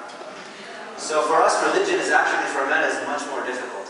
When it comes to seeking knowledge and teaching and all of these things, what's going on in that region has particularities related to, even the Taliban, for example, their name means students from a madrasa. They're not scholars, they're not people who actually studied and became erudites, theologians, or anything like that. Religion is a powerful use. I'll tell you an example from Sudan, because that's where I'm from. Umar al-Bashir and his minions, current president, he's been there for 30, 35 years in power now. When he first came into power, it was on an Islamist slogan. We want to bring Sharia, we want to do all of these things. Now if you go and investigate, what did he do with the Sharia? He used it to oppress the people. It's brought out every once in a while to lash someone, to amputate someone, to do something. And it's all as basically a scare tactic for people that if they choose to rise up, is going to be a problem. And so the corporal punishments that he exacts have nothing to do with Sharia. It has a lot to do with the $6 billion he wants to keep in his Swiss bank. Actually, it's $9 billion now. Hi, I was thinking back in history in the earlier century where masses of ordinary, peace-loving, meek, mild people allowed the introduction of fascists, Nazis, and they could have spoken up. And what I'm wondering, what is your observation with the ordinary Muslim man and woman who just wants a family? Are they doing anything about that to stop the imams and that who are preaching death to the enemy and this sort of stuff, you know, the garbage that comes on? Because I can't think of one church in Canada where the sermon is about killing your enemy. I can tell you that. And I'm just wondering what your observation is on that. In the West, generally, Canada specifically, I haven't heard that type of sermon of killing anybody. Yeah. So, and I don't go to a few of the imams, they don't get into that type of language.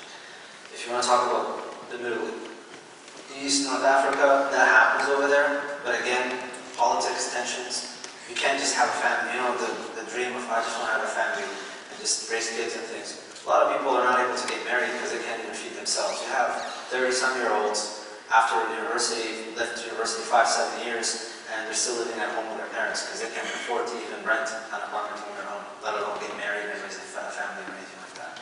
So a lot of that comes into play over there. Over here, none of that is going on. From what I understand, the organizations are very adamant, and when they do the hiring of any imams, they're checked through and through, so that they're not engaged in this type. Once politics, you know, people look at someone like Anwar al-Awlaki. He was wonderful, he was great, people loved him, all that stuff, and then, but if you look at all of the videos and the progression that he went through a period where he had an inversion. Religion took a secondary part, and politics became the primary thing for him. And so that's when he started doing hate speech and doing all of these things. But he wasn't here anymore, he was in Yemen. He was producing this stuff. When he was here, it was fine. So we're not engaged in this officially. If there are some individuals that are doing this hate type of stuff, they're not associated with any mosque that I know of. And we make sure it's well at the mosque. We try to make sure that the mosque is a place where religion is your guide, rather than your justification for what you already want to do. Hope that answers it. I just... Okay. Brother Mohammed, can you enlighten and comment on, for the average Canadian, about how to reconcile the hijab, niqab, and the veil? Oh yeah, that's a good question. Yeah. I had that question, I never answered it. Okay. I'll tell you something. I'll tell you one point about the niqab, the face covering. Actually, about all of it. I thank God that I'm not a woman, because I don't have the spiritual power to don this stuff. I can walk around outside and nobody would know that I'm a Muslim. But for Muslim women who wear that hijab, it's like a flag. Like, I'm a Muslim, I'm speaking for my religion. If you hear some of the things that Muslim sisters have to hear on the bus, just walking down the street in Victoria, which is shocking, it's pretty bad. The hijab is, a lot of people like to present it as it's basically a temptation for men, and that's why they have to cover up and things like that. That is a reason that is mentioned in the Quran. One of the benefits of it, that you do not tempt men. But that's not why women wear the hijab. Because if a Muslim woman wants to pray, and she's by herself in her apartment, and nobody can look at her, and she's not tempting anyone, she still has to wear the hijab. So it's not about why. There's something interesting about what brings the spiritual aspect out of someone. If you look at the fashion industry, what is it directed at? It's all about women, right? That's what the fashion industry is about.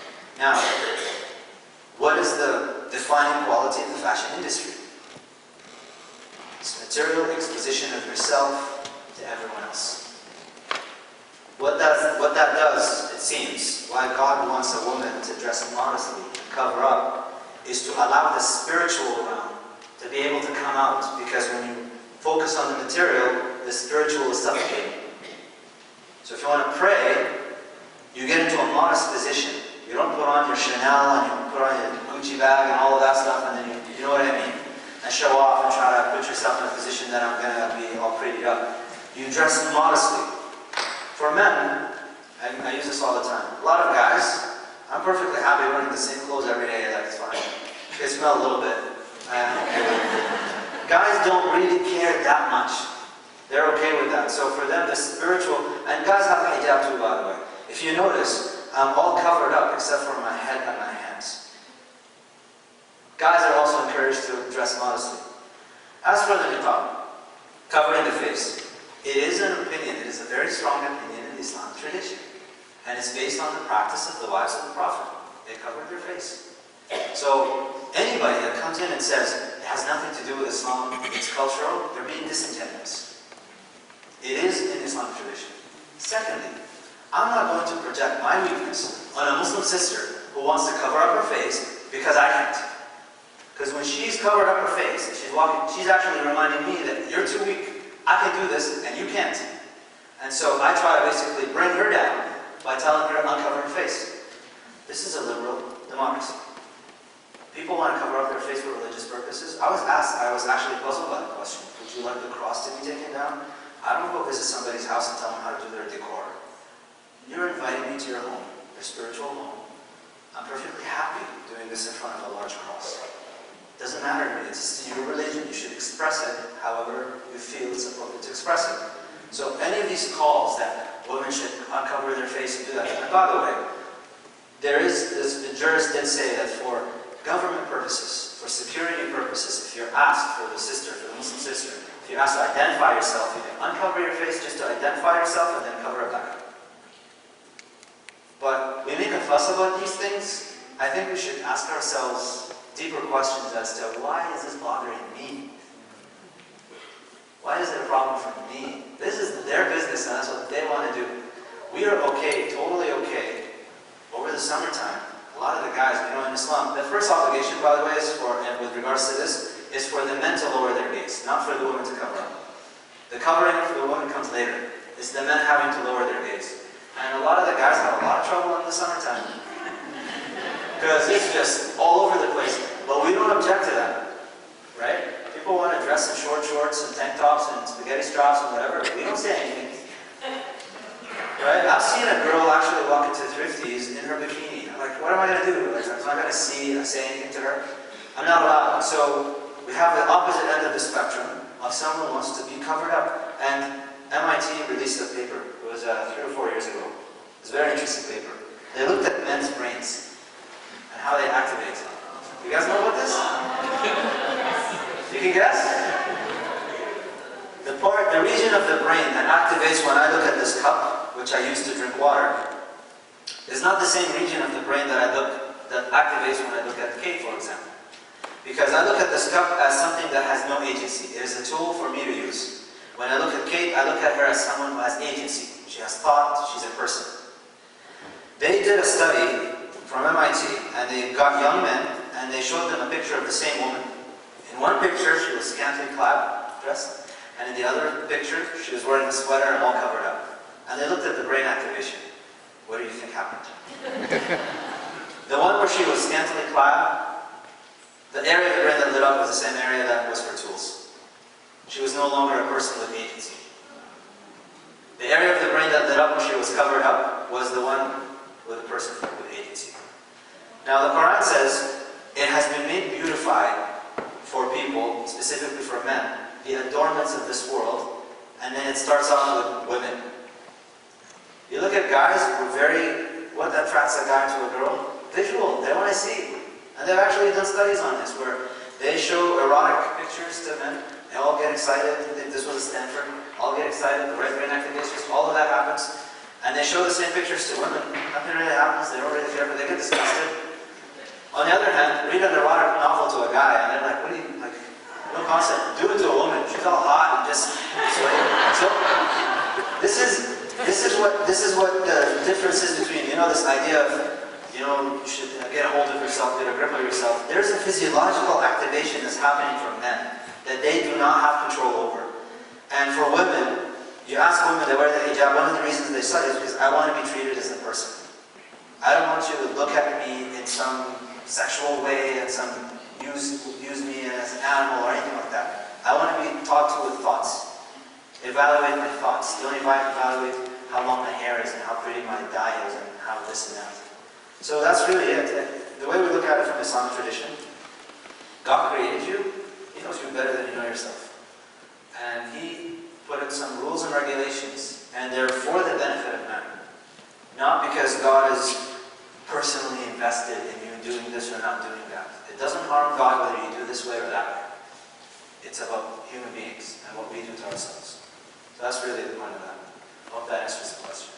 Well, Mohammed, Kate has asked this next question to be the last question. Okay. If you guys are upset about that, you can talk to Kate. First and foremost, I want to say thank you for Saints and Aiden's church for organizing such a wonderful evening. I just stand up just so everybody sees me. One of the main things that is happening when non-Muslims see a Muslim dressed in the turban or beard, the first thing that comes to their mind is basically a jihad or a terrorist. So I would just like Brother Bilam to mention the whole incident, what he shed light on the Charlie Hebdo and he wrote the article on the love of the Prophet Muhammad. Right? So I would just like him to shed the light on it so that everybody over here can also see the point in Islam about that. And why do we cover it? Right? This is not, like, from my perspective, right, I wear it not as a thing to show that I basically believe in what these people, right, who are dressed like me, but I basically wear it to show that these are not the symbols of terrorists. Okay, so this is a good point to actually end on. Because Islam is actually, at the root of it, is a religion of love. And one of the most important things for us is the messenger, sallallahu alaihi wasallam. If you hear Muslims talk about the messenger, we translate it loosely, peace be upon him. In Arabic, sallallahu alaihi wasallam, because he's very important to us. I can describe to you the messenger with vivid details. For example, his toes, his second toe after the big toe, was longer than his first toe. His foot was really full, and his hands were really full. His height was about this tall. His beard was to this length, so cut it this way. This is about how long his beard was.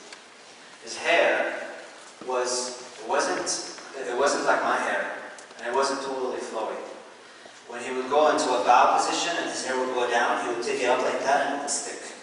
The longest he would have it is down to his earlobes, and the only time he would shave it is when he performed the pilgrimage. But he had a full head of hair. He had 7 gray hairs in his beard and 7 gray hairs in his hair. He had an aquiline nose.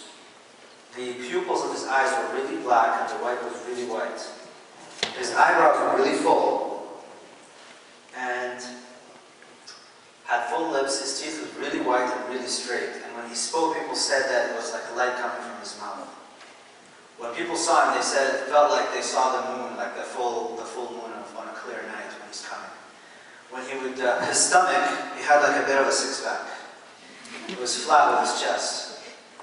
When he would walk, he would walk with a bit of a lean forward, and he was almost like a speed walker. All the companions felt like they had to jog when they were walking with him. But he would always try to walk from behind, and he looked like he was walking uphill all the time, no matter where he walked. What else can I tell you about his skin? He was not totally dark. He was leaning towards a white skin that had a little bit of redness to it. Basically, the point of this is to tell you that we know very specific details about the messenger, how he described him, how he walked, how he lived, when he would eat with these 3 fingers and grab the food with his companions. He would sit, even with companions. He had Umar ibn Khattab, his second most beloved companion. He was like Shaquille O'Neal. He was very tall. But when they would sit together, none of his companions were towering over him. Somehow he was always taller than them when they were sitting. Everything about him was middle. Nothing about him was to an extreme in any way. For us, the messenger is more beloved, and this is something that's really strange for a lot of people to hear, more beloved than our own families, our own parents, our own children. So when we hear an insult against the messenger, it actually hurts. Like, it really hurts. It really bothers us. This actually goes along also with Jesus Christ. Christ. We do not like, it is impermissible to insult Jesus Christ, Moses, Abraham, to put them in comedy skits, to desacralize them. Because these are the upper echelon of humanity, and you cannot take them down. And for us, the messenger, he's like the highest for us. We say he's the complete man. He's completed everything. Every messenger, Joseph was really, really beautiful. Noah was really patient. And all of these messengers have certain qualities. All of them combined in the messenger have to be upon us. And so for us, when we hear something negative, it actually really bothers us, really hurts. Just like it hurts me when I hear something, I do not accept anyone insulting my mother. No way. Like Pope Francis said, you talk about my mother, you're going to have a punch coming to your face when he said to that journalist. Not because he's a violent man, but because the love that he feels is so strong that he can't trust his reactions afterwards. Not to justify any violent acts against any cartoonist or satirist, but this is the emotion. This is why Muslims feel really strongly about the messenger. We know so much about him. It's actually, if you get down to it, it gets really interesting how we know all of these things. So that's the issue. That as for insulting the messenger, when we say freedom of speech, Charlie Hebdo, if you look at what they did, people started this hashtag, just read Charlie Hebdo. I'm not Charlie Hebdo, because Charlie Hebdo in the 90s, for those who don't know, they had drawings for making fun, mocking the Bosnian genocide, mocking the rape. Now you tell me, forget about the messenger for a second, are you okay with any cartoonist drawing a cartoon mocking the rape of women at large, and mocking the genocide of children, and mocking the genocide of a whole nation, and just making fun of them? Nobody's okay with that. So we do have limits. We just don't want to talk about our limits. We just want to pick and choose what we want. And when it comes to Muslims, you have a population. Satire was initiated to mock the powerful. You want to mean? I want to mock Stephen Harper. That's what I want to mock. That's, right? So you don't mock the weak, the powerless, the down and out, the downtrodden. That's not who you mock. And so it's not satire. It's just racist bigotry put in the form of cartoons, and that's what they do with that. So, Islamically speaking, the Quran is very clear on what to do when religion is being mocked. In chapter 4, it says, and it's verse 140, it says, if you hear, God has revealed in the scriptures. So, I'm not sure if it's in the Bible or not, but it's the way it's phrased. God has revealed in the scriptures that when you hear the signs of God, meaning the scriptures, the messengers, the angels, the sacred, when you hear the sacred being mocked, get up and move away. Walk away. And do not return until they desist from that mockery and engage into another conversation. That's the response Muslims are actually supposed to have when religious symbols are being mocked. But I think a lot of it has to do with just, the Prophet Muhammad is like the final identity attack against Muslims. We're doing all of this to this group, and so we're just going to take a final jab at you. And so a lot of it is actually an identity reaction rather than a religious-based reaction. Because the religion is very clear on what to do in this case. As for those of you who look into it and find, oh, there's a punishment of a death sentence for the one who insults the messenger, there is that, but it was not because they insulted the messenger. It was also a political issue. It's like equated with insulting the flag, right? The flag, Canadian flag, it should hurt you if someone desacralizes it. It's a symbol. It says something. It stands for something. The messenger for us stands for something, and that is being taken down. And that's our final thing. For Muslims, we don't have self-determination in the Middle East, North Africa region. We don't have freedom of speech. We don't have economic prosperity. We have tyrants who take all the natural resources. They've taken everything. And the final thing that Muslims have is their religion and their prophet. And that also is being, you know what, even now we're going to attack that. That's really the issue here. And that's why some people irrationally react. And like I said, theology is the final step, and they will just pick and choose so that they can justify whatever action they're going to take. I'll leave it at that, I think.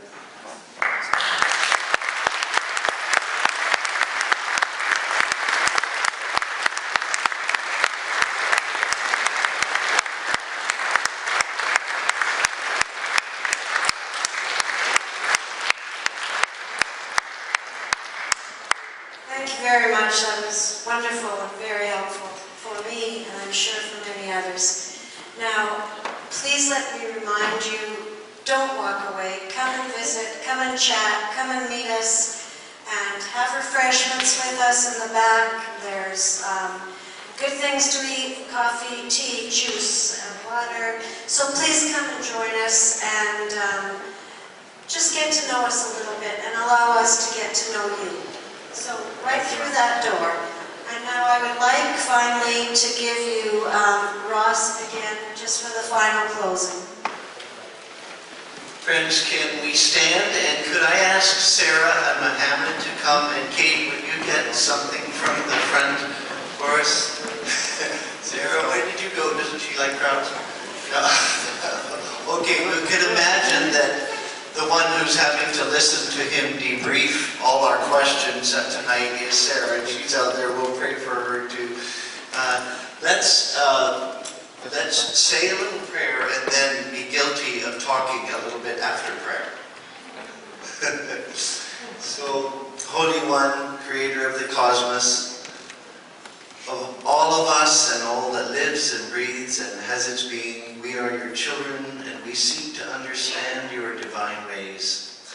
You have given us unending diversity and myriad complexities, and yet we claim the common heart that even tonight we can feel begins to beat as one. We ask you bless us with a gift of one action that we can take to further our mutual love, peace, and justice. Inshallah.